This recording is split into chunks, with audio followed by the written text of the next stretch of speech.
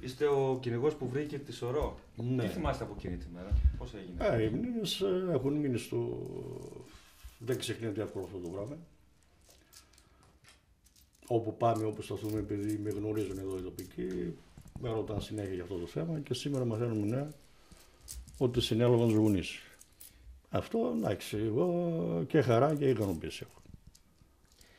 Πώς έγινε τότε, θυμάστε εκείνη τη μέρα, πώς βρεθήκατε και τι είδατε? Εκεί είναι το κυνήγι που με είχε στείλει ο φίλος μου εκεί για το χωράφι. Έτυχε τα σκυλάκια να το βρουν τα σκυλιά τα δύο. Η μυρωδιά, τράβηξε και εμένα εκεί.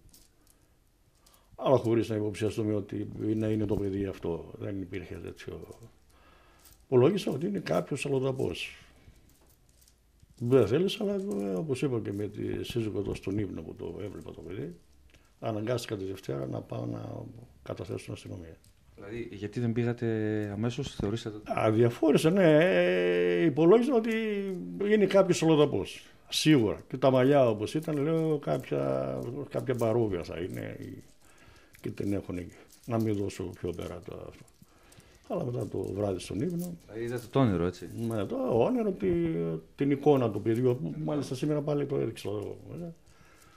Αυτή την εικόνα. Και το Σάββατο και την Κυριακή. Τη Δευτέρα πήγα στην αστυνομία, κατέθεσα. Και τη Δευτέρα το βράδυ πάλι είδα το παιδί να γυρίζει και να με κοιτάει και να χαμογελάει. Εκεί εντάξει. Είπαμε, τελειώσαν τα. Μετανιώσετε που δεν πήγατε αμέσως? Αν το ήξερα ότι πραγματικά είναι το παιδί, ούτε καν σκέφτηκα την υπόθεση αυτή. Φυσικά θα πήγαινα την ίδια στιγμή, θα καλούσα να έρθει η αστυνομία εκεί. Τα ρούχα που φορούσε έδειχναν ότι είχε βγει έξω, ήταν τι ρούχα? Τα ρούχα ήταν τύπου πιτζάμες, φούτερ, ας το πούμε έτσι, όπως συζητημένος μέσα στο σπίτι. Τα ρούχα που βγαίνει κάποιος έξω? Όχι, δεν ήταν σαν ρούχα για... Τα ρούχα ήταν αυτά που είναι μια τύπου φόρμα, ήταν αυτά. Φοράς μέσα στο σπίτι, απλά. Αυτά ήταν. Οι γονείς επικοινώνησαν μαζί σας καθόλου? Οι γονείς ήρθαν και καθίσαν μάλιστα σε αυτό το καναπέ εδώ πέρα, καθίσαν πάνω από 2 ώρες. Αυτοί λέγανε ότι μας κατηγοράνε ότι σκοτώσαμε το παιδί μας, είμαστε φωνιάδες. Εντάξει. Εγώ με τα στοιχεία αυτά που όπως είδα τα πράγματα, όπως λέμε τώρα, το παιδί ήταν με τα ρούχα, άρα το παιδί σκοτώθηκε κάπου σε χώρο μέσα. Σε ορισμένα πράγματα κι εγώ, χωρίς να είμαι εισαγγελία όλα τα στοιχεία οδηγούν πάνω σε εσάς. Τους το είπατε? Φυσικά, να ακριβώς εδώ πέρα. Και τι σας είπαν? Δεν μιλούσαν καθόλου, εντάξει, απλά κοιτιόταν. Είχατε πει ότι στην αρχή ότι δεν είχε έρθει τις πρώτες μέρες η μητέρα? Ναι, δεν ήρθε. Ήρθε το Άλτερ, ήρθε η Ντίνα Εσύρ που ήταν το Άλτερ.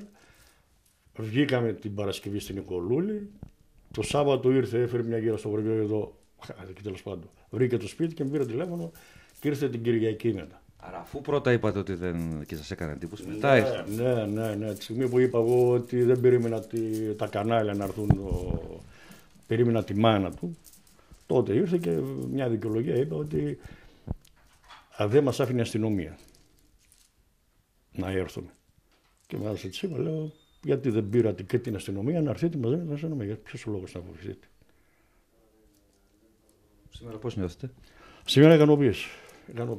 Μακάρι να τελειώσει αυτή η υπόθεση. Και χαρά, φυσικά, και ικανοποίηση πάρα πολύ.